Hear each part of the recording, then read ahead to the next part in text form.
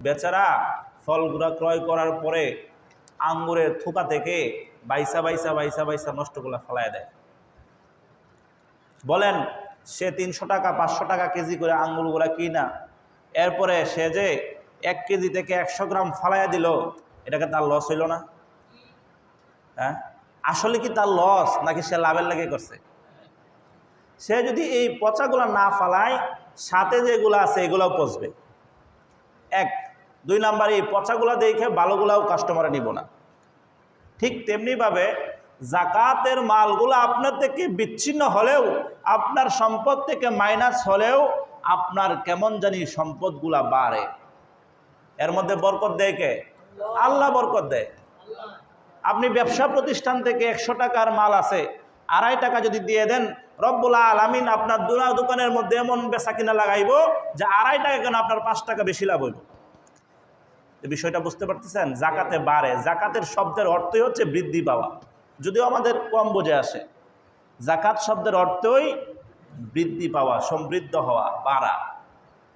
তাহলে আমরা যারা মালগুলা বাড়াইতে চাই তারা জাকাত দিতে হবে, তাহলে বাড়বে। আপনি হাজার চেষ্টা করেও সম্পদ বাড়াইতে পারবেন না। বলেন কে না চায় দুনিয়াতে তার সম্পদ বাড়ুক? কয়জনে সফল হয়? প্রত্যেকেই পারে।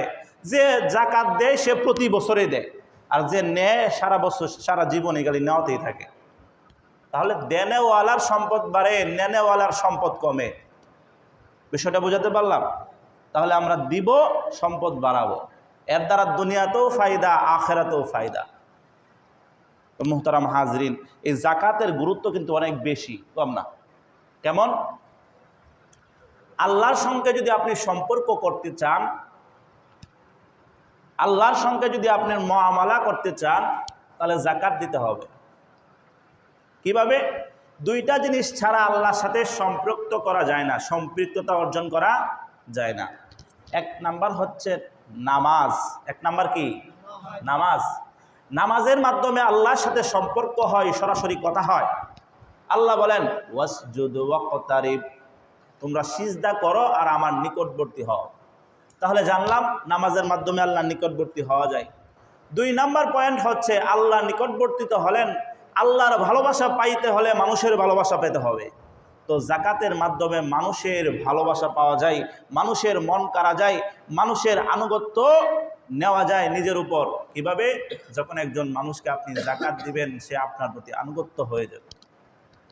যখন আপনি আল্লাহকে রাজি খুশি করতে পারলেন, বান্দাকেও রাজি খুশি করতে পারলেন, তখন আপনার 2টা মিলে আল্লাহর সঙ্গে মহব্বত আর বৃদ্ধি পাবে। সুবহানাল্লাহ।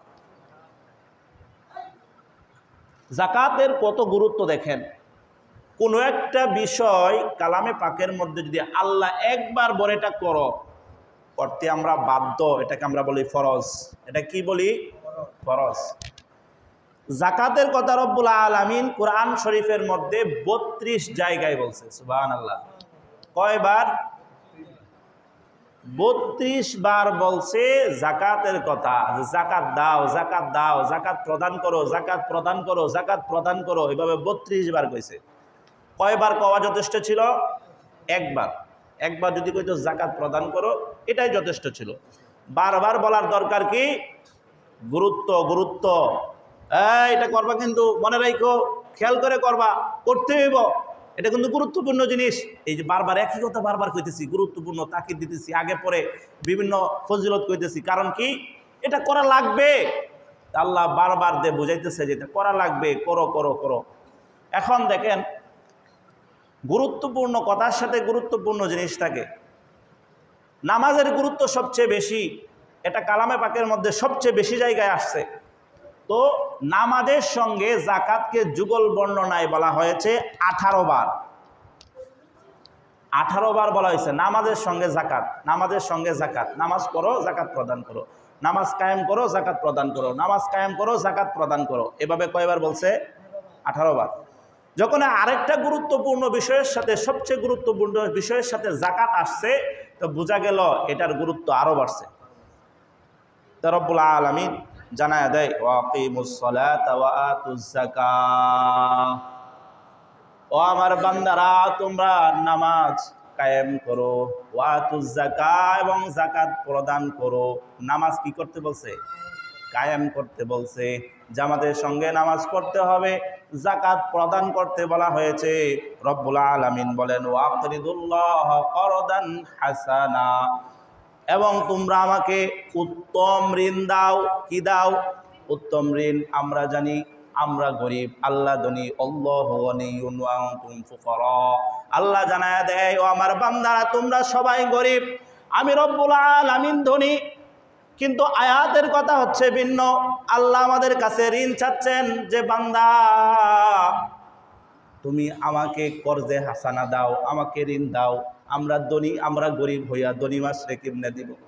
এর মানে হচ্ছে বান্দা তোমার পাশে যে এতিম আছে তাকে দাও, তাকে যদি দাও আমি পাবো। তোমার মহল্লার যে গরিব আছে ওই গরিবকে যদি তুমি খাওয়াও, বরণ পোষণ করো, কাপড় দাও, যাকাত দাও, আমি রব্বুল আলামিন আমি পাবো। হাসরের ময়দানে রব্বুল আলামিন আমাকে আপনাকে জিজ্ঞাসা করবে, ও বান্দা তোমার কাছে আমি পানি চাইছিলাম, অনেক পিপাসিত ছিলাম, তুমি আমাকে পানি দাও নাই। আমি বস্ত্রহীন ছিলাম, আমাকে তুমি বস্ত্র দাও নাই। আমি অভাবী ছিলাম, আমাকে তুমি টাকা পয়সা দাও নাই। আমরা বলবো ইয়া রব্বুল আলামিন কখন চাইছেন, আপনি তো চাই নাই। আল্লাহ বলবে তোমার কাছে কি একটা এতিম বাচ্চা আসে নাই? তুমি কি দেখো নাই তোমার মহল্লার একটা গরিব ছেলে, একটা গরিব মানুষ কষ্টে দিন পার করছে, ঠিক মতো ইফতার করতে পারে নাই, সেহরি করতে পারে নাই, আমার গোলামি করছে, আমারে ভুলে যায় নাই। তাকে দেখার পরও তুমি কেন দিলা না? তাকে যদি তুমি পানি দিতা, তাকে যদি তুমি কাপড় দিতা, তাকে যদি তুমি খাদ্য সহায়তা দিতা, আমি রব্বুল আলামিনকে দেওয়া হলো। এর মানে হলো করদান হাসানা। এর মানে কি? করদান হাসানা। দেখেন আল্লাহ রব্বুল আলামিন আমাদেরকে জান দিচ্ছেন না? মাল দিচ্ছেন কে? জানের মালিক কে? আল্লাহ। মালের মালিক আল্লাহ। আল্লাহ জান দিছে, আল্লাহ মাল দিছে। এরপরে এই জান মান আল্লাহ আমাদের জান্নাতের বিনিময়ে কিনে নিছে, আবার জান্নাত দিয়ে কিনছে। এরপরে আবার কইতেছে তোমরা আমাকে কর্জে হাসানা দাও। দেখছেন এর থেকে বড় দৃষ্টান্ত হইতে পারে? আল্লাহু আকবার। এরপরেও যদি আমরা কৃতজ্ঞ হই, অকৃতজ্ঞ হই, না বুঝি বিষয়গুলা, তাহলে আমরা আমাদের মতো নাফরমান, আমাদের মতো নালায়েক আর পৃথিবীতে কেউ হতে পারে না। এত অনুগ্রহ করার পরও তাহলে আমরা কর্জে হাসানা আল্লাহকে দিতে রাজি তো? আল্লাহকে কিভাবে দিব? গরিব দুঃখীকে দিলে আল্লাহকে দেওয়া হবে। রাজি না আছি না ইনশাআল্লাহ? তাহলে জাকাতগুলো আমরা দেখে দেখে গরিব দুঃখী যদি দিয়ে দেই, করদান হাসানা আল্লাহকে করজ দেওয়া হলো। তা মুহতারাম হাজরিন, সময় কম, আলোচনা অনেক বেশি। তো এই জাকাত যদি আমরা প্রদান করি, জাকাত যদি দেই, আমাদের লাভটা কি? আমরা কেন দিব? আমাদের ফজিলত কি? আল্লাহ আমাদেরকে কিভাবে দিবেন? দেখেন আল্লাহ এত বিশ্লেষণ সুন্দর করে বলেন কালামে পাকের মধ্যে, যে আল্লাহ রাব্বুল আলামিন কালামের মধ্যে জানান মাসালুল্লাযীনা ইউনফিকুনা আমওয়ালাহুম ফি সাবিলিল্লাহ, যারা আল্লাহর রাস্তায় খরচ করে তাদের দৃষ্টান্ত হচ্ছে এমন। কেমন বলতেছে? যারা আল্লাহ রাস্তায় খরচ করবে তাদের দৃষ্টান্ত এমন। কেমন? কামাসালি হাব্বা, তাদের দৃষ্টান্ত হচ্ছে একটা শস্য দানা। একটা কি? মনে করেন একটা সরিষা, একটা গম, একটা ধান, একটা শস্য দানা। কামাসালি হাব্বা, শস্য দানা। তারপর কি দৃষ্টান্ত? আমবাদাত সাবা সানাবিল, যে শস্য দানা থেকে 7টা শীষ জন্মগ্রহণ করবে। সুবহানাল্লাহ। হয় না? একটা ধান লাগাইলে অনেকগুলা শীষ হয় না এর থেকে? তা আল্লাহ উদাহরণ দিয়ে বলতেছে যে একটা শস্য দানা থেকে 7টা শীষ হইল। কয়টা শীষ? 7টা শীষ। ফি কুল্লি সুম্বুলাতিম মিআতু হাব্বা, প্রত্যেকটা শীষে 100 করে দানা। সুবহানাল্লাহ। প্রত্যেকটা শীষে 100 করে দানা। সরিষা গমছেন আরো বেশি হইব না?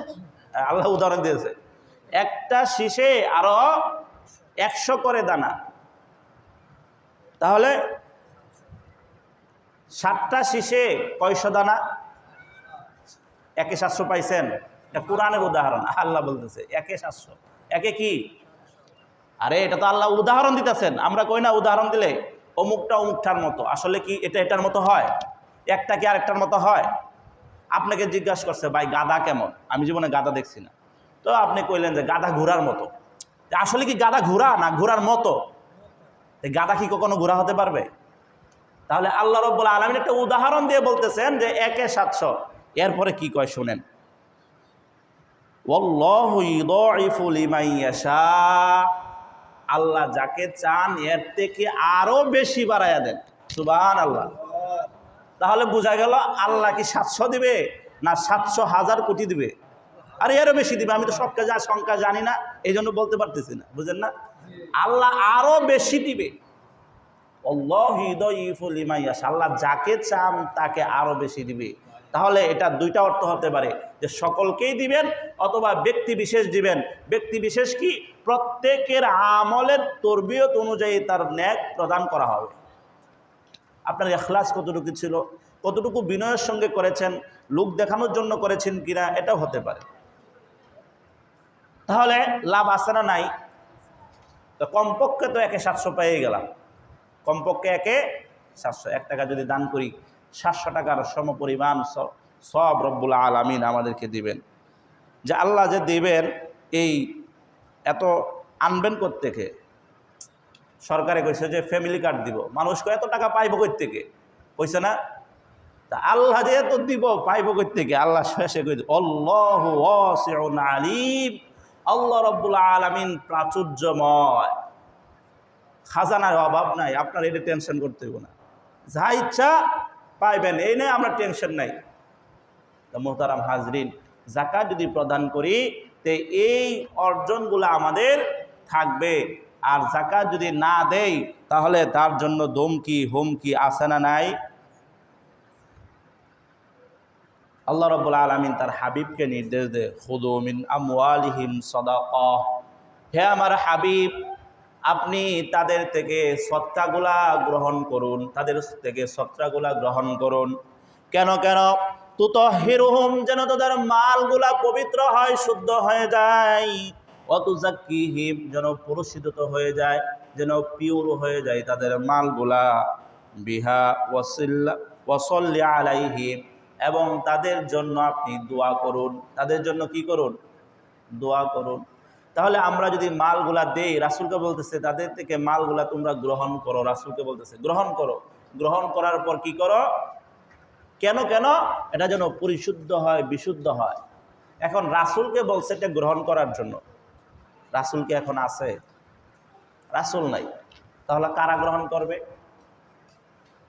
যদি এটা কে নিবে? ইসলামী রাষ্ট্র যদি হুকুমত কায়েম হয়, তাহলে যে আমির থাকবে, যে খলিফা থাকবে, তার প্রতিনিধি দল থাকবে, তাদের মাধ্যমে তারা যাকাতগুলা উসুল করবে।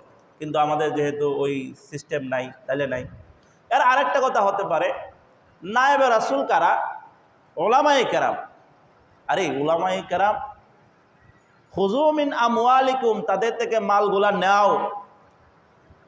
তা নায়েবে রাসূল ইন্নামাল ওয়ারাসাতুল আম্বিয়া ওয়াল উলামা ও ইন্নামাল ওয়ারাসাতুল আম্বিয়া, যে উলামাগণ হচ্ছে নবীদের ওয়ারিস। তে উলামাগণ নেবেন, নিয়ে নিজের পকেটে ভরবো? আর না, নিয়ে দিবেন, নিয়ে দিবেন, নিজের কাছে রাখা যাবে না। এবং বলছে আপনি তাদের জন্য দোয়া করুন। রাসূল তো নাই, এবং রাসূল থাকা অবস্থায় তো দোয়া করছেন, আমাদের জন্য দোয়া করছেন, সর্বশেষ পর্যন্ত দোয়া করছেন। এখন কার কাছে দোয়া চাবেন? উলামাদের কাছে দোয়া চাবেন। আপনারা যে চান হুজুর দোয়া করেন, কথা ঠিক আছে, চায়েন, বেশি বেশি চাইবেন। এবং উলামাদেরও উচিত আপনাদের জন্য দোয়া করা, না চাওয়ার আগেই করা, না চাওয়ার আগেই করা। এই জন্য মুহতারাম হাজরিন, আমাদের মালগুলা যদি পরিশুদ্ধ করতে চাই, তাহলে আমাদেরকে যাকাত দেওয়া ছাড়া কোনো বিকল্প রাস্তা নাই। যাকাত কাদেরকে দেব? যাকাত কাদেরকে দেব? ফকির, মিসকিন, ইয়েতিম, অসহায়, এরপরে যে মুসাফির, তাদেরকে আমরা যাকাতের মালগুলা প্রদান করব। অর্থাৎ যারা নেশাব পরিমাণ মালের মালিক না, তাদেরকে যাকাত দেওয়া যাবে। যারা নেশাব পরিমাণ মালের মালিক না, তাদেরকে যাকাত দেওয়া যাবে।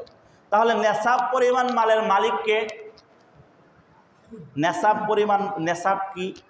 নেশাব হচ্ছে যদি কোনো ব্যক্তির কাছে 52.5 ভরি রূপা অথবা 7.5 ভরি স্বর্ণ থাকে, অথবা দুইটা একসাথে না, তাহলে সে নেশাবের মালিক।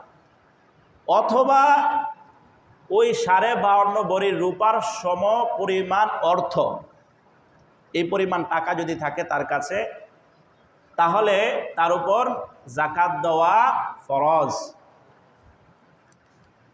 এখন কারো কাছে 52.5 ভরির রূপা নাই, 7.5 তোলা স্বর্ণও নাই, আছে কয় ভরি? 1 ভরি আছে, সাথে 2 ভরি রূপা আছে। তাহলে কাহিনী কি হবে? স্বর্ণের মূল্যকে রূপাতে কনভার্ট করতে হবে। খেয়াল করবেন, খুব সূক্ষ্ম জিনিস। আপনার কাছে 1 ভরি স্বর্ণ আছে, স্বর্ণের যে মূল্য, এই স্বর্ণের মূল্য দ্বারা আপনি রূপার মূল্যতে কনভার্ট করবেন। আপনার কাছে যে 1 ভরি রূপা আছে আর শুধু স্বর্ণ আছে, টাকাও নাই রূপাও নাই, তাহলে 7.5 ভরি লাগবে।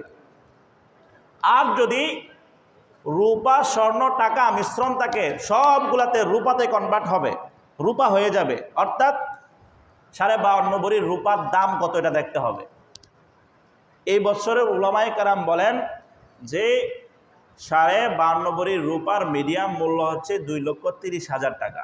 2,30,000 টাকা। এই পরিমাণ টাকা যদি আপনার কাছে থাকে, তাহলে আপনার উপর যাকাত ফরজ হবে যদি 1 বছর অতিক্রম হয়। 1 বছর, গত বছর রমজানে আপনার কাছে এরকম পরিমাণ টাকা ছিল, আর আজকে এই রমজানে এসে এই পরিমাণ টাকা আপনার কাছে আছে, তাহলে 1 বছর হইল, আপনার উপর যাকাত ফরজ হয়ে গেল। এর মাঝখান দিয়ে ব্যবসায় লস খাইছিলেন, অথবা কোনো একটা দুর্ঘটনায় আপনার টাকা কিছু খরচ হয়েছে, আবার শেষের দিক থেকে রমজানে এসে পূর্ণ হয়ে গেল, তাহলে আপনার উপর ফরজই আছে। বছরের শুরু আর শেষ হচ্ছে বিবেচনার বিষয়। মাঝখান দিয়ে ফকির হয়ে যান, যাই হন, যদি শুরু শেষে থাকে তাহলে আপনার উপর যাকাত ফরজ। তাহলে আরও সহজ করি, 1,30,000 টাকা যদি আপনার প্রয়োজন অতিরিক্ত সম্পদ থাকে, তাহলে আপনার উপর যাকাত ফরজ। যদি রূপা থাকে, টাকাতে হিসাব করেন। 5 ভরি রূপা আছে আর 50,000 টাকা আছে, 5 ভরি রূপার দাম কত আর 50,000 টাকা মিললে কত হইল? 2,30,000 হইল কিনা? এরকম যদি হয়, আপনার উপর যাকাত ফরজ। এরপরও বিস্তারিত জানতে হলে আমাদের সঙ্গে যোগাযোগ করবেন। সময় কম, লম্বা আলোচনা করার সময় নাই। কাদেরকে যাকাত দেওয়া যাবে না? কাদেরকে যাকাত দেওয়া যাবে না?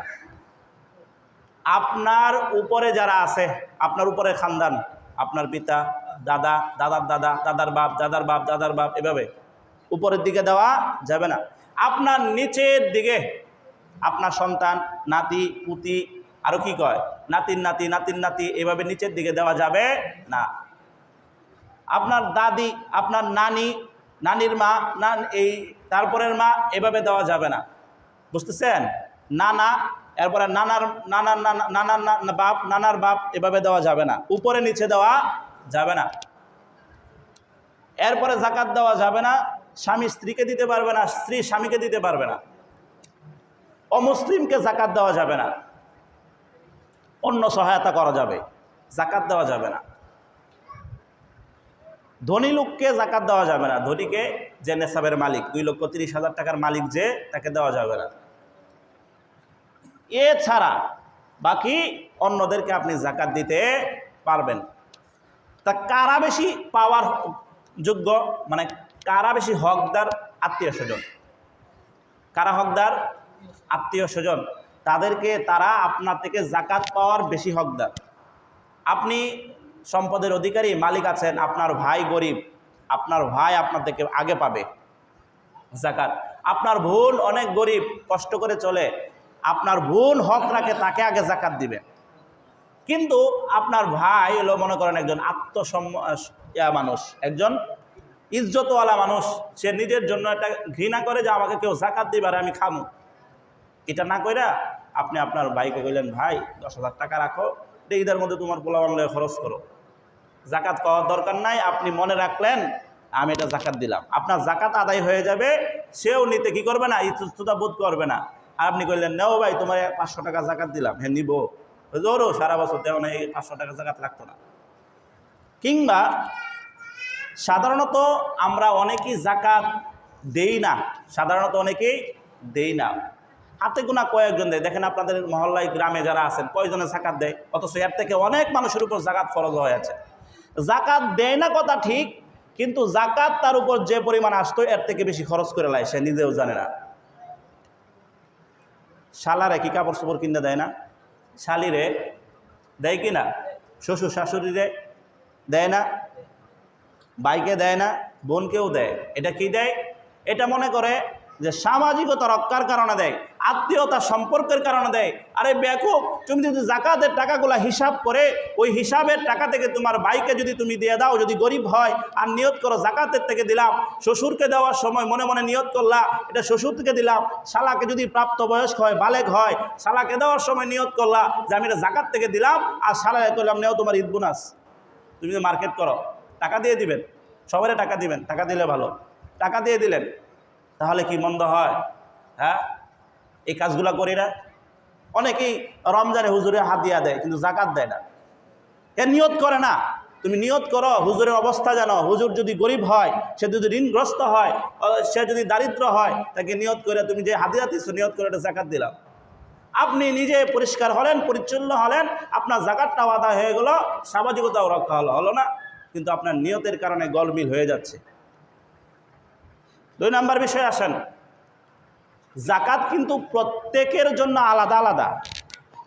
আচ্ছা বলেন, আমি যদি নামাজ পড়ি, আমার বাবার নামাজ হবে, আমার স্ত্রীর তো হবে নাকি, আমার সন্তানেরও হবে না? তাহলে একটা পরিবারের সদস্য ভিন্ন, কিন্তু জাকাত দিতেছে একরকম, হিসাব না করে যে পিতা দিয়ে দিতেছে। 5 জন সন্তান এক পরিবারে, 5 জনে মনে করেন 3 জন প্রবাসী, 2 জনের ব্যবসা করে, তাহলে প্রত্যেক ভাইয়ের আলাদা আলাদা হিসাব। প্রত্যেক ভাইয়ের কি আলাদা। কেউ যদি সম্পদশালী হয় সে জাকাত দিবে, আর যে হয় না জাকাত দিবে না। এটা না করে কি করে, ঈদ আসছে, বাবার কাছে 50,000 টাকা সব ভাই দিছে, বাবা তুমি ঈদ দিয়ে লাও, দিবা, বাবার পক্ষ থেকে আদায় করছে। বলেন এটা কি তাদের পক্ষ থেকে হবে নাকি বাবার? আবার যদি ওইটা কয়, বাবা সন্তান যদি জাকাতের হিসাবগুলা করে বাবার কাছে দেয়, বাবা যদি তার পক্ষ থেকে আদায় করে দেয়, তাহলে তো হবেই। কিন্তু বাবাও সম্পদশালী, এই বাবা দিয়ে দিছে, সন্তানও মনে করতেছে আমারটা হয়ে গেছে, আমারটা কি হবে? আপনি সম্পদের অধিকারী, আপনার পক্ষ থেকে জাকাত দিয়ে দিলেন, কিন্তু আপনার স্ত্রীর যে স্বর্ণ আছে, রূপা আছে, এটার হিসাব করলেন না। এটা কারণ মনে করতেছেন আমি দিছি, আবার আমার বউয়ের দিতে হইব কেন? এরকম কোনো কথা নাই।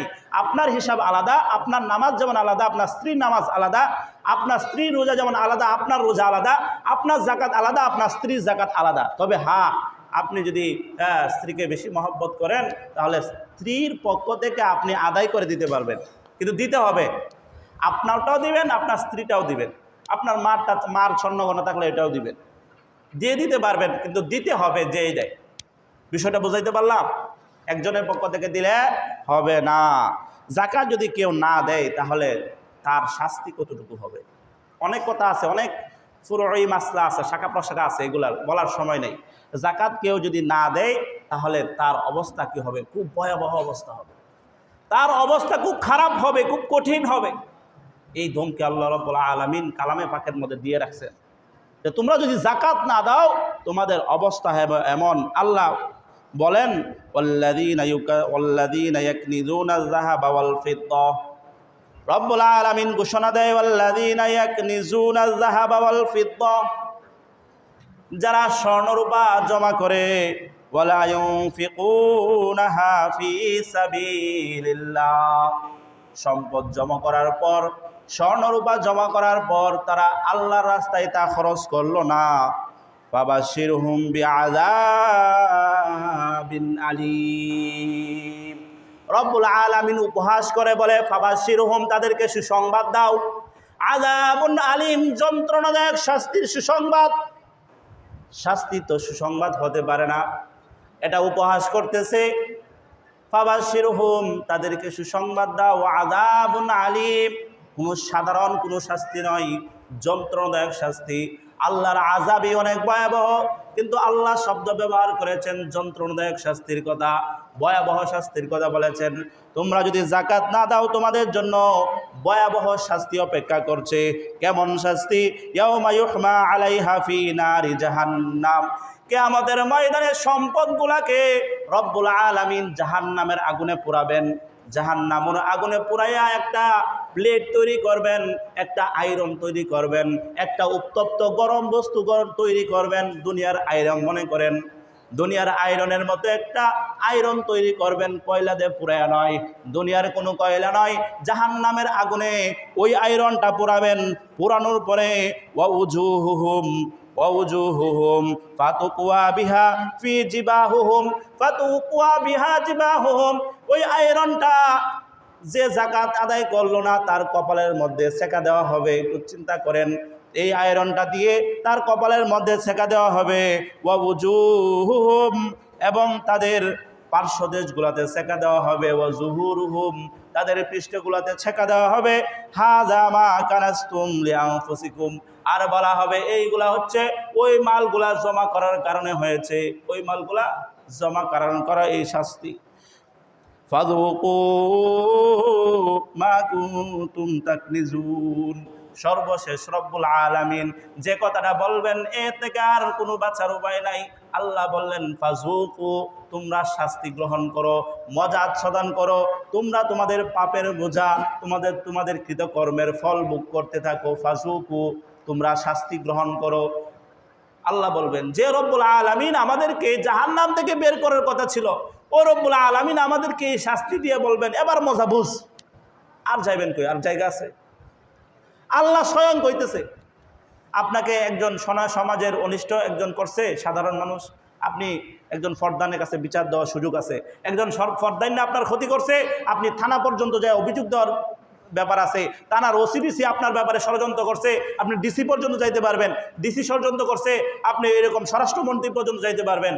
কিন্তু যদি আপনার ব্যাপারে এরকম একজন অভিযোগ করে, এরকম একজন বলে যে তুমি শাস্তি ভোগ করতে থাকো, যার ব্যাপারে মামলা দায়ের করার কোনো জায়গা নাই, তখন আপনার কি অবস্থা হবে? আল্লাহ বলবেন ফাযুকু, ভোগ করতে থাকো, শাস্তি গ্রহণ করতে থাকো, মজা বুঝো কেমন লাগে। আল্লাহ কইবে, বুঝেন কত বড় কথা। শাস্তি তো হতেই থাকবে। রাসূল সাল্লাল্লাহু আলাইহি সাল্লাম বলেন যে যাকাতগুলো আদায় করে না, কিয়ামতের ময়দানে ওই মালগুলাকে বিষাক্ত একটা সাপের আকৃতি ধারণ করা হবে। এই বিষাক্ত সাপের চোখগুলাতে কালো কালো ফুটা থাকবে। ওই সাপটা তার গলার মধ্যে পেঁচিয়ে দেওয়া হবে। হাদিসের মধ্যে আসছে ওই সাপটা ফেনা তুলে তার চোয়ালের মধ্যে এরকম করে সুবুল মারবে, আর সাপটা বলতে থাকবে আমি হচ্ছি তোমার দুনিয়াতে জমানো থাকা ওই মাল, যে মালের যাকাত তুমি আদায় করো না। এই শাস্তি চলতে থাকবে। পরিষ্কার হাদিসের কথা এগুলা। মোহতারাম হাজরিন, যাকাত যে আদায় করছি না, দেখেন আমার আপনার অবস্থা কি হবে। যাকাতগুলো আদায় করবো তো ইনশাআল্লাহ? ইনশাআল্লাহ অবশ্যই করব। যাকাত আদায় না করার কোনো বিকল্প নাই, করতে হবে। আমাদের সমাজে নামাজি আছে, রোজাদার আছে, কিন্তু যাকাত দেনওয়ালা নাই। যাকাত দেনওয়ালার সংখ্যা খুবই কম। হাজি সাহেব আছে, কিন্তু যাকাত দেনওয়ালা নাই। বলেন একজন হজ করলে কত লাখ টাকা লাগে? 7.5 লাখ থেকে সব খরচ মিলে 8 লাখ টাকার মতো লাগে। একটা গ্রামে আপনি পাইবেন যে 20 জন হাজি আছে, কিন্তু যাকাত দেয় হিসাব করে দেখবেন 3 থেকে 4 জন। মোহতারাম হাজিরিন, যাকাত আমাদের সমাজ থেকে বিলুপ্ত হয়ে গেছে। যাকাত বাড়াতে হবে, দারিদ্রতা বিমোচন করতে হবে। একটা পর্যায়ে দেখবেন যাকাত দেওয়ার মানুষ পাবেন না। বাংলাদেশের ইতিহাস কি জানেন? বাংলাদেশের সকল সম্পদ মুষ্টিময় কয়েকশো মানুষের হাতে। সকল সম্পদ মুষ্টিময় কয়েকজন মানুষের হাতে। তারা যদি 2.5% করে যাকাত দিতে থাকতো, 2.5% করে যাকাত দিতে থাকতো, প্রত্যেক মানুষ সমৃদ্ধ হইতো, প্রত্যেকে নির্ভরশীল হইতো, কর্ম নির্ভরশীল হইতো। যে 1 কোটি টাকার মালিক, তার যাকাত আসে কত টাকা? 2.5 লক্ষ টাকা। একজন মানুষকে তার আত্মীয়কে যদি 2.5 লক্ষ টাকা দিয়ে একটা অটো কিনে দেয়, একটা সিএনজি কিনে দেয়, বলেন তার হয়ে গেল না সমাধান? পরের বছর সে যাকাত দিতে পারবে। এরকম মানুষের অভাব আছে? কোটি টাকা তো কোনো ব্যাপার না, কত মানুষই আছে। এই জন্য মোহতারাম হাজরিন, যাকাতগুলো আদায় করি এবং আমরা সমাজ সেবা হিসেবে কাজে লাগবে। আল্লাহ আমাদেরকে যাকাত দেওয়ার তৌফিক দান করুক, বলেন আমিন। গুরুত্বপূর্ণ বিষয় রয়ে গেছে, 10 মিনিট সময় বেশি নিব? কোনো প্রোগ্রাম আছে ভাই? মানে বিষয় রয়ে গেছে তো, আলোচনা বেশি, মানে এটা আগামী জমায় পড়লে আবার হইতেছে না, কাজে আসবে না। আচ্ছা ধরেন যাকাত দিব তো ইনশাআল্লাহ? ইনশাআল্লাহ আমরা যাকাতগুলো আদায় করব। আসেন ইতিকাফ, এটা যদি আগামী জুমায় কইতে লাভ নাই, আগামী জুমায় তো চলে আসবে। তো ইতিকাফ এটা সুন্নতে মুআক্কাদায়ে কিফায়া। সুন্নতে মুআক্কাদায়ে কিফায়া, কিফায়া মানে হচ্ছে যে জিনিসটা কেউ না কেউ আদায় করতে হবে, কেউ না কেউ আদায় করতে হবে। যদি সবাই আদায় ছেড়ে দেয়, সবাই গুনাহগার হবে। যদি কেউ না কেউ আদায় করে নেয় সবাই এর থেকে মুক্ত হবে। যেমন জানাজার নামাজ, আপনার পিতাই মনে করেন মারা গেছে, কিন্তু আপনি জানাজার নামাজ পড়েন নাই, আপনার গুনাহ হবে? গুনাহ হবে না, আপনার আত্মীয় স্বজন পড়ে নিছে। যদি কেউ জানাজার নামাজ পড়ে নাই, মহল্লার সবাই গুনাহগার হবে। আরবি তারিখ এটা কেফায়া, এটা রাষ্ট্রের কেউ না কেউ এটা খবর রাখতে হবে। যদি কেউ না রাখে তাহলে সবাই গুনাহগার হবে। কিন্তু আমাদের রাষ্ট্র হেলাল কমিটি আছে না, ওরা তো বাঁচাইছে নাকি, আমাদের হিসাব রাখা লাগে না, আমরা তো ইংরেজি দিয়ে চালাই দিতেছি। হ্যাঁ, ইংরেজি দিয়ে চালাই দিতেছি। যাক, অনেক কথা ছিল, এগুলো বলা যাবে না। এরপরে সুন্নতে মুআক্কাদে কিফায়া কবে থেকে? এটা হচ্ছে 10 দিনের ইতিকাফ। রাসূল সাল্লাল্লাহু আলাইহি ওয়াসাল্লাম আমৃত্যু পর্যন্ত এই ইতিকাফ আদায় করেছেন। তাহলে অনেক বড় একটা গুরুত্বপূর্ণ ইবাদত। এটা হচ্ছে রমজানের 20 রমজানের সূর্য ডুবার আগে মসজিদে প্রবেশ করবে, শাওয়ালের চাঁদ উঠলে এরপর বের হবে। শাওয়ালের চাঁদ উঠলে মসজিদ থেকে বের হবে। প্রতি বছর এই মসজিদে বসে না, বসা হয় না? আলহামদুলিল্লাহ, এই বছরও বসবে আশা করি। যদি বসেন তাহলে লাভ কি? দেখেন, একে তো রমজান চলতেছে, গত বছর যে বসছিলেন তার শেষের 10 দিনের রমজানের ইবাদত আর আগের 20 দিনের ইবাদত একরকম হবে? আপনি এই জায়গায় ভিতরে থাকলেন, আপনি নামাজটা জামাতের সঙ্গে আদায় করতে পারলেন, নামাজ পড়ে আপনার কাজ কি একটু জিকির আজকার করলেন, নফল নামাজ পড়লেন, কুরআন তেলাওয়াত করলেন, যেটা বাইরে গেলে আদৌ সম্ভব না। আপনি কোনো কর্ম নাই, আপনার কাজ হচ্ছে খাওয়া, নামাজ পড়া, ঘুমানো, এতটুকু আপনার কাজ। এরপর আপনি পারবেন না, সম্ভব না। একটা কাজে আত্মনিয়োগ করা লাগে, সময় দিতে হয় আলাদা করে, তাহলে হয়। তাহলে এটা আপনার সুবিধা হয়। এই বিষয় সবচেয়ে বড় সুবিধা হচ্ছে কদরের রাত্রি আপনি পেয়ে যাবেন। কদরের রাত্রি আপনাকে সাইডে যাইতে পারবো না, কারণ আপনি প্রত্যেক রাতেই আছেন। লাইলাতুল কদরি খায়রুম মিন আলফি শাহর, ভিন্ন বিষয়, সামনে সব জমায় আলোচনা করবো ইনশাআল্লাহ। যে এক রাত্রি 1000 মাস থেকে উত্তম, এরকম একটা রাত্রি আপনার আপনি পেয়ে যাবেন। সৌভাগ্যবান। কি অবস্থায়? ইতিকাফ অবস্থায় মসজিদে থাকবেন, আপনাকে ফেলে যেতে পারবেন, আপনি পেয়েই যাবেন। এটার আকাঙ্ক্ষা অনেক মানুষের আছে, এটা যদি আমরা পেয়ে যেতাম তাহলে কত না মঙ্গল ছিল। তাহলে যে ইতিকাফ করবে সে কদরের রাত্রি পাবে। এবং আরও দুনিয়ার অনেক বিষয় আছে যেগুলো আপনি অর্জন করতে পারবেন ইতিকাফে থেকে, আর ইতিকাফের বাইরে আপনি আদৌ যতই চেষ্টা করেন পারবেন না। তো এই বছর কে কে ইতিকাফে বসতে রাজি হয়েছেন? দেখি কোন ভাই আছেন এবছর বসবেন? গত বছর কে কোন ভাই আসছিলেন? দেখি, দাঁড়ান, দেখি, দাঁড়াইতে হবে না, হাত তুলেন তাইলে ভাই। কে কে? নাই? এই দুজন যুবক তরুণ, মাশাআল্লাহ। আর কে ছিল? আপনি ছিলেন? আপনার বড় ভাই এখন কই? আপনি এই বছর কে কে নিয়ত করেন? এই বছর 5 জন আশা করবো আপনাদের থেকে, 5 জন থাকবেন। কে কে রাজি আছেন? দেখি হাত তোলেন। এলাকার মানুষ আপনাদেরকে সহযোগিতা করবে। যদি গরুটা বান্দা লাগে আরেকজন করবো যে বাইরে থাকবো। মাশাআল্লাহ, আল্লাহ ভাইকে কবুল করুক। সবাই বলে আমিন। হায়াতের মধ্যে বরকত দান করুক। এই যে শেষ বয়স আইসা পড়ছে, দেখেন 10টা দিন আল্লাহর জন্য দিবে, এটা অবশ্যই আপনারা প্রত্যেকে আসছেন তাবলীগেরা? নোয়াখালী থেকে আপনাদের 2500 আসছে কয়দিনের জন্য? মানে এক চিল্লার জন্য 40 দিন। আর আপনারা সাহস করতে পারেন না নিজের মহল্লায় এই জায়গা থেকে তাকায় আপনার ঘর দেখতে পারেন, বিবি বাচ্চা দেখতে পারবেন, সব কিছু ঠিক আছে মসজিদ ভিতর থেকে, এরপর রাজি হইতেছেন না মাত্র 10 দিনের জন্য। আর কে কোন ভাই আছেন? মুরব্বীরা তো সকলেই থাকার দরকার। হাই কি কয়? আরো বাঁচার আশা করেন? আরো বাঁচবেন কয় বছর আশা আছে? আপনার ছোট মানুষরা অনেকে চলে গেছে না? হ্যাঁ, মারা গেছে না? আপনার আত্মীয় স্বজনের খবর এরকম আছে না যে আপনার কম বয়সে মারা গেছে? তা আপনি তো বোনার সময় আছেন, 10 দিন আল্লাহর জন্য দিতে পারবেন না? ওই চাচার নাম কি? চাচা আপনার নাম কি? হাসান আলী। থাকলে কষ্ট হইব? কষ্ট হইলে এলাকার মানুষে দেখবো ইনশাল্লাহ। আল্লাহ কবুল করুক। সবাই বলে আমিন। আর কোন ভাই আছেন দেখি? তোমরা যদি 2 জন ছিলা, এবছর থাকবা না ইনশাল্লাহ? তরুণ মানুষ দেখেন কত সাহস গত বছর। হ্যাঁ, ইনশাআল্লাহ নিয়ত করো। এই নিয়ত করলে কি জানেন আল্লাহ কত রকম দেন? নিয়ত করলে একটা সব দিয়ে আল্লাহ সাথে সাথে। যদি এই নিয়ত বাস্তবায়ন করেন আরেকটা সব দেয়। একটা গুনার কাজে নিয়ত করছেন, আল্লাহ গুনাহ দেয় না। গুনার কাজটা সংগঠিত হওয়ার পরে আল্লাহ কয় দে ক্ষমা চাইনি। এরকম রবের দৃষ্টান্ত পাবেন। আর নিয়ত করেন ইনশাআল্লাহ যে থাকবেন। এরপরে কোনো সমস্যা হইলে এলাকার যারা আছে তাদের সঙ্গে মিলেমিশে অন্তত 3-4 জন তো থাকতে হবে। একা একেবারে থাকা যায় না, মসজিদে খারাপ লাগে। এরপরও সব কিছুর তো একটা আছে, সৌন্দর্য আছে। যে একা থাকবে এর পরের বছর থাকতে থাকবে, আমার কষ্ট লাগে। মানুষ তো এরকমই, কষ্টের কথা মনে রাখে, কিন্তু পরকালের যে আশাটা এটা সামনে আসে না।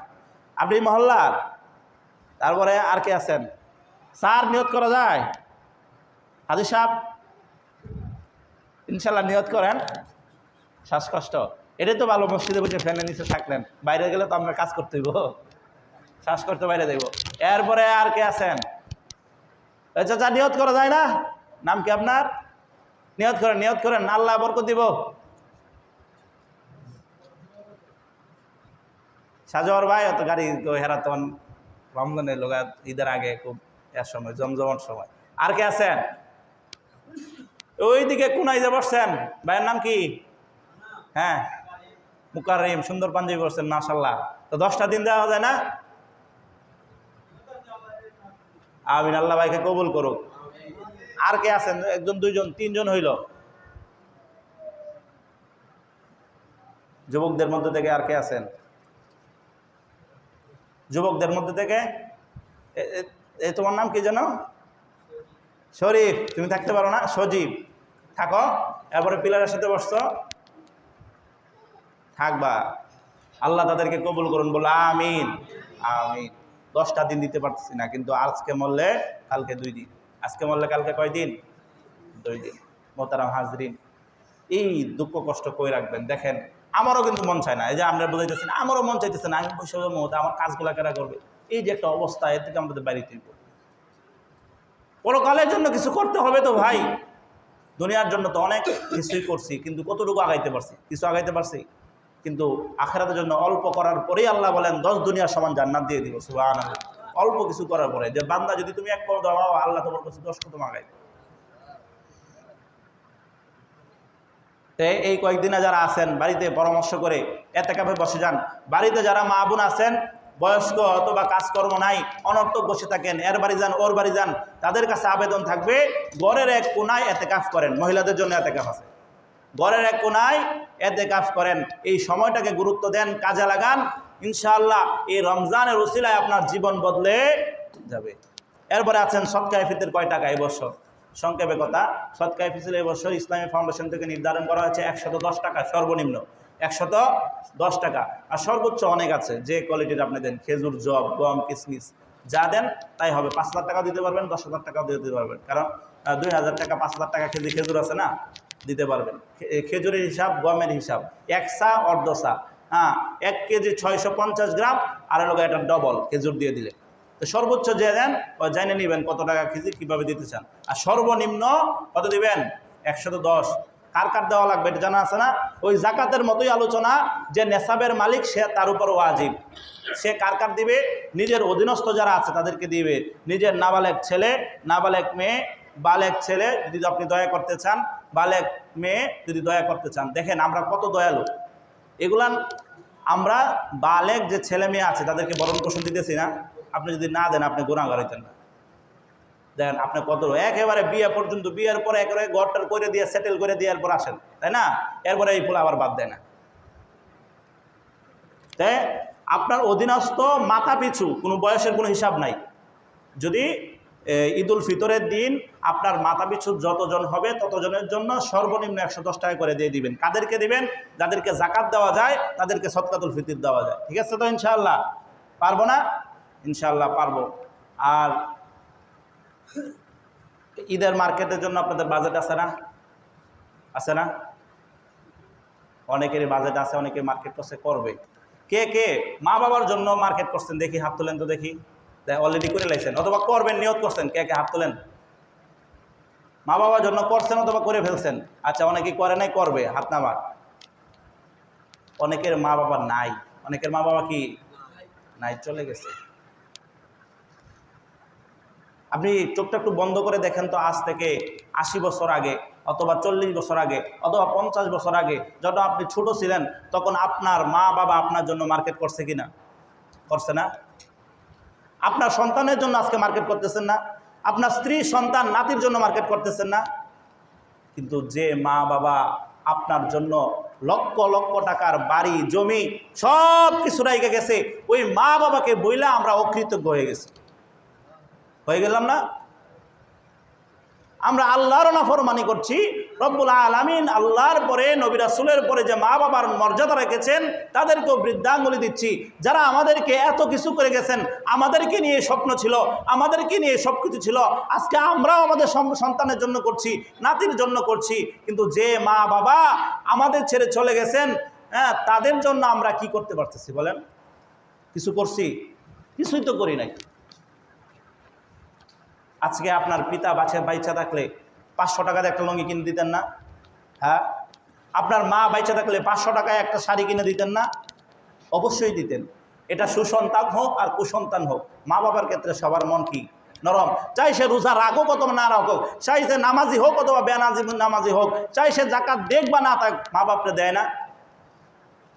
কিন্তু যাদের মা বাবা চলে গেছে তারা তো এই পর্যন্ত একটা লুঙ্গি দিলেন না, একটা শাড়ি দিলেন না।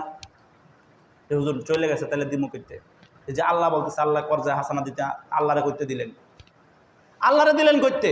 যদি গরিবকে দিলে আল্লাহ পায়, যদি অভাবীকে দিলে আল্লাহ পায়, যদি এতিমকে দিলে আল্লাহ পায়, তাহলে মা বাবাকে পাঠানোর কোনো ব্যবস্থা নাই? আছে না ভাই? আছে না? মা বাবার জন্য মা বাবা 500 করে 1000 টাকা বরাদ্দ করেন ঈদের মার্কেট। যার আছে সেও বরাদ্দ করেন, যার নাই সেও বরাদ্দ করেন।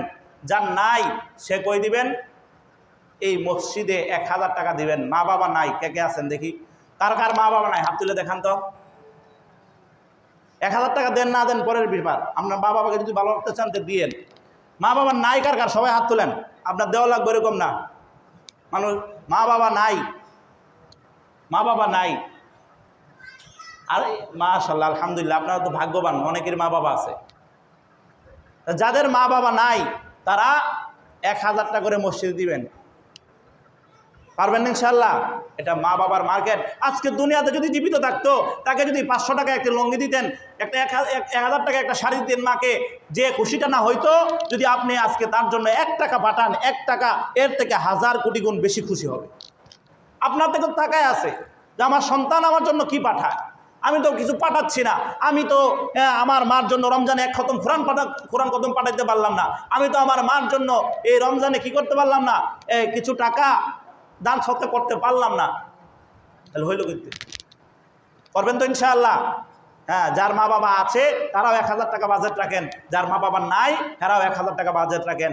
যারা মা বাবা আছে তারা দিবেন দোকানে, আর যাদের মা বাবা নাই এরা দিবেন মসজিদে। এই মসজিদে দিবেন যারা এই মহল্লার আছেন, কারণ এই মসজিদ আপনার। পারবেন তো ইনশাআল্লাহ? হ্যাঁ, আমি এরপরে জিজ্ঞাসা করবো কে কে দিচ্ছেন, না কে দেন নাই। আপনার সন্তান দেখতেছেন আপনি কি করতেছেন। আপনি যদি আপনার বাবার নামে দেন, কে দেখবো যে আমার দাদার নামে আমার বাবা দিতেছে। আপনি যখন থাকবেন না, এই শিক্ষা সে পাবে আমার বাবার নাম আপনাকে দিতে হবে, আপনি পাবেন। করবেন ইনশাআল্লাহ? আর যাদের বাবা মা আছে তারা শুকরিয়া স্বরূপ বাবা এবং মা দুইজনের জন্য এই মসজিদে 500 টাকা দিবেন। শুকরিয়া যে আমার মা বাবা আছে। মা বাবা থাকা ভাগ্যের ব্যাপার না? তাদের শারীরিক সুস্থতা কামনা দিবেন ইনশাআল্লাহ। আজকে দোয়া করে দিব। আজকে কি করবো? সকলের জন্য দোয়া করবো। আল্লাহ বলছে না যে রাসূল আপনি যাদের জন্য দোয়া করেন, রাসূল আছে? নাই বা রাসূলরা আছেন না? হ্যাঁ, ইনশাআল্লাহ তাদের জন্য দোয়া করে দেবো। পারবেন ইনশাআল্লাহ? সবাই মনে মনে নিয়ত করেন। একজন মানুষ আজকে নিয়ত ছাড়া মসজিদ থেকে বাইরে হবেন না, সবাই দিবেন। পারবেন না ইনশাআল্লাহ? মেহমান যারা আছে তারাও গিয়ে বাড়ির মসজিদে দিয়ে নেবেন। আপনাদের জোর করবো না, এই জায়গায় দিবেন। আবার যদি আসছে এই মসজিদটা কাজটা হয়েছে না, চাইলে এই জায়গায় দিতে পারবেন। আল্লাহ কবুল করুক। বাইরে দিয়েছে এই মসজিদের জন্য দিব, আল্লাহ কবুল করুক, আমিন। তো প্রত্যেকেই দিবেন। আমি এরপরে যে কি শেষ আছে জিজ্ঞাসা করবো, ভাই কে কে দিছে কে কে দেয় নাই, মানুষগুলো একটু দেখি। এত না ফরমান হইলেন কোত্থেকে মিয়া? 1000 টাকা মা বাবার জন্য পাঠাইতেছেন না, অথচ বাবা 5 লাখ টাকাতে বাড়ি করে গেছে, আপনার জন্য লক্ষ টাকা খরচ করে জমি রেখে গেছে, আপনি তার জন্য দিতেছেন না। ট্যাক্স দিলেও তার থেকে বেশি দেওয়া লাগে, 1 বছরের ট্যাক্সও তার থেকে বেশি দেওয়া লাগে না, খাজনা যে মালিক তাকে দিতেছেন না। পারবেন তো ইনশাআল্লাহ? ইনশাআল্লাহ। আল্লাহ রাব্বুল আলামিন আমাদের এই সৎ ইচ্ছাগুলো কবুল করুক। সবাই বলে আমিন। এই সপ্তাহে কয়েক মিনিট বেশি হয়েছে, হ্যাঁ, একটু ক্ষমার দৃষ্টিতে দেখেন। আল্লাহ রাব্বুল আলামিন আমাদেরকে এই রমজানের কদর বুঝে আমল করার তৌফিক দান করুন।